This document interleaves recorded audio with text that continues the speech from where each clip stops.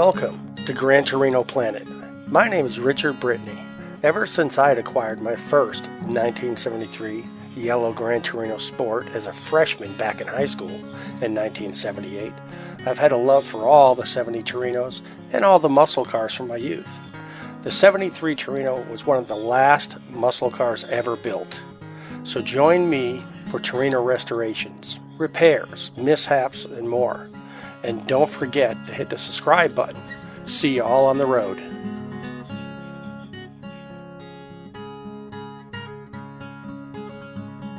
Alright guys, well, tomorrow's project is we're going to rehook up our gauges that are not disconnected or connected right, and going to do a little more filming here for you and some more repairs on the Gran Torino.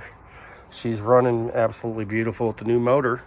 So stay tuned, and I'll try to get those posted for you tomorrow and clean her up a little bit. And pretty much got her broken. She's ready for an oil change, and we'll see what we see.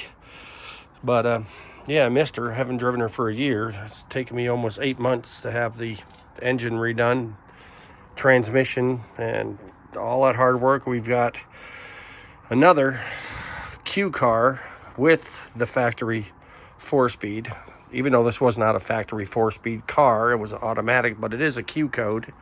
So I thought it fitting to find the correct transmission error, correct tranny for it, and I did, and it's in, and she just loves that 4-speed, let me tell you what. So in my mind, and hopefully some of yours, I've resurrected one more Q-Co 4-speed car on the planet Earth, because God knows there's not many.